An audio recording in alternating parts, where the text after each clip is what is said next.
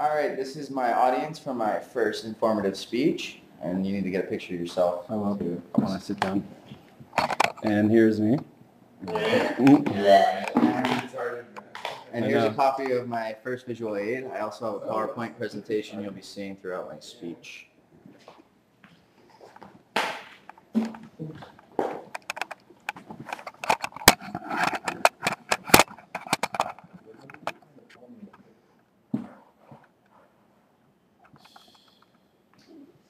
All right, my topic today is divorce and child health by Hanna. My introduction. Divorce is becoming more common in the United States. According to divorcestatistics.org, 50% of all marriages will end in divorce. There are many different reasons why marriage doesn't work, from abuse and adultery to not being happy anymore and wanting something different. No matter what the reason, the impact is usually negative on a child and should be avoided if possible. Children of any age have problems accepting divorce. No matter what an adult says, usually one way or another, a child feels responsible for the divorce. The divorce is very stressful on children, and it is important for parents to be aware of the impact of divorce on the child. Depending on the age of a child at divorce, it will have different effects on them. Younger children are impacted by regressing in behavior or going back in development steps. According to author Carl Pickart, for the adolescent, divorce creates a degree of disconnection from the parents and instability in home. He goes on to say, feelings of loss, anxiety, and anger at divorce tend to emotionally intensify the adolescent experience and increase normal resistance to authority. Finally today, I'll be talking about ways to make divorce easier on children. There are many different ways to make it easier. First, I'm going to start with some statistics. This graph I got from the University of Maryland. Unfortunately, the most up-to-date statistics I could get on a per-decade basis was ended in the year 2000. As you can see, the increase since the 50s is dramatic, with rates really starting to decline in about the 1970s. According to the most recent data, there were 2,230,000 marriages in the United States in 2005. Half of these went in divorce. Only 63% of children grow up with both biological parents in their households. The divorce rate in America is in fact the highest in Western culture. Furthermore, divorcestatistics.org reports couples with children account for 40% of these divorces in the United States.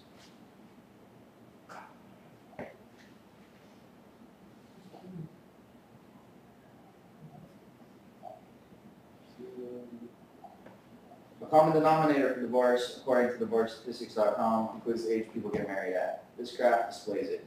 Women who get married before age 20 had a divorce rate of 27.6 compared to 11.7% of men. The rate peaked between ages 20 and 24 when 36.6% of women and 38.8% of men get divorced. The numbers then start to decline. Women who get married between 25 and 29 get divorced 16.4% of the time, while men 22.3% of the time.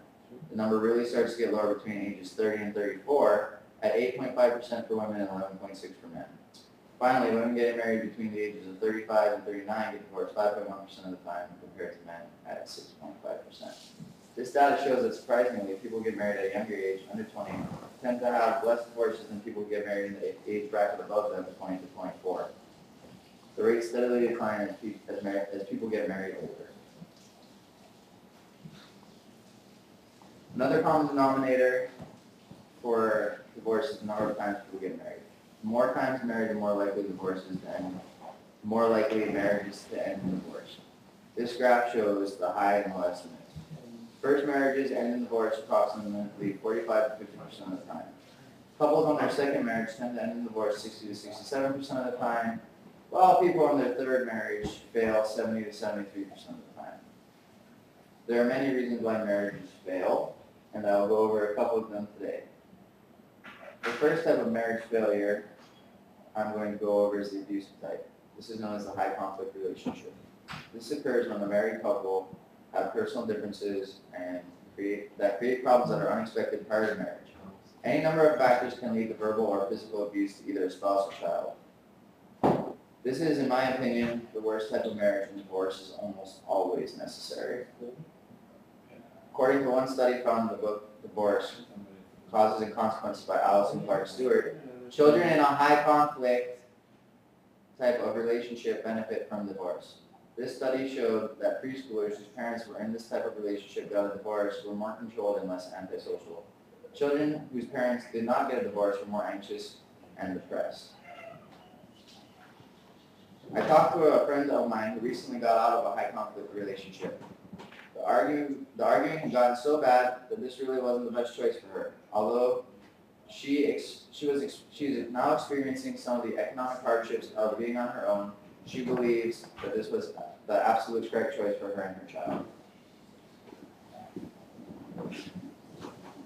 Here's a slide for the high conflict relationship.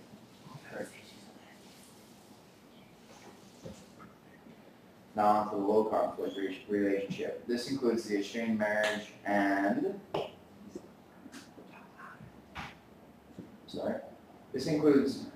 there's the estranged marriage, which according to Carl Pickard is defined as partners who pursue different occupational paths, have children, take insufficient time to nourish partnership in marriage, and slowly become disinterested in each other.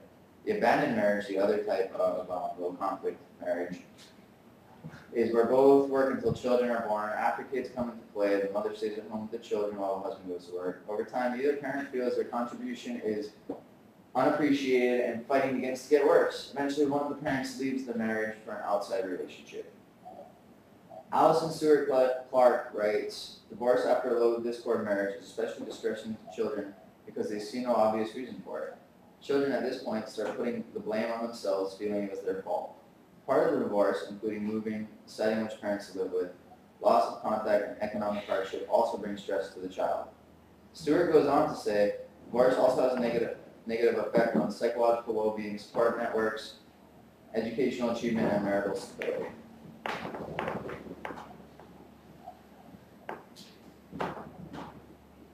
Now, I couldn't find statistics about children who grew up without their mothers, but I was able to find statistics on children who grew up in fatherless houses. According to divorceguide.com, 85% of fatherless children have behavioral problems.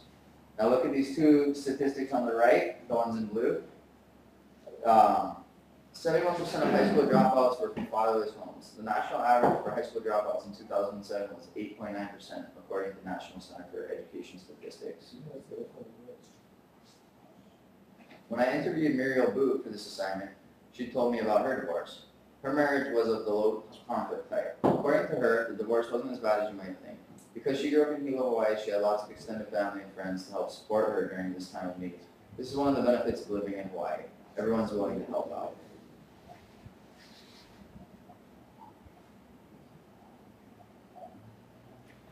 When all efforts to reconcile marriage have been exhausted and appears divorce is the only solution, there are certain ways to try and limit the damage to a child. Before any changes are made in the family, it is important to talk to the children. If possible, this should be done weeks or months prior to changes so children have a chance to accept the idea. Sitting down and talking in simple, clear language and explaining to the children that it is not their fault helps. Rather, tell them that it is due to conflicts between the parents. It is better just to explain how it will affect them and answer any questions that they might have. It is also important that children know that both parents love them. Like Constance Aaron says in her book, The Good Divorce, there is no good way to break the news of divorce to a child. Some ways are just better than others. If a child seems to be taking a divorce bad, the parent notices negative changes, it's probably best to consult with a counselor or psychiatrist who specializes in children.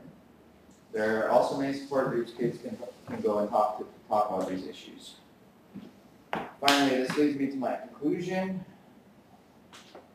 Divorce rates have increased no matter what the reason. A large portion of these involve children. It is probably best to try and work through these conflicts for the benefit of children. Before people get married, they should really think about if they're making the right decision, if their spouse is right for them. There are many different kinds of premarital counseling to work out problems before you get married, and I suggest people pursue those. And remember that the children are our future. Is there any questions from the audience? No, I thought that was a great presentation, Greg. Oh, thank you. Have a good day.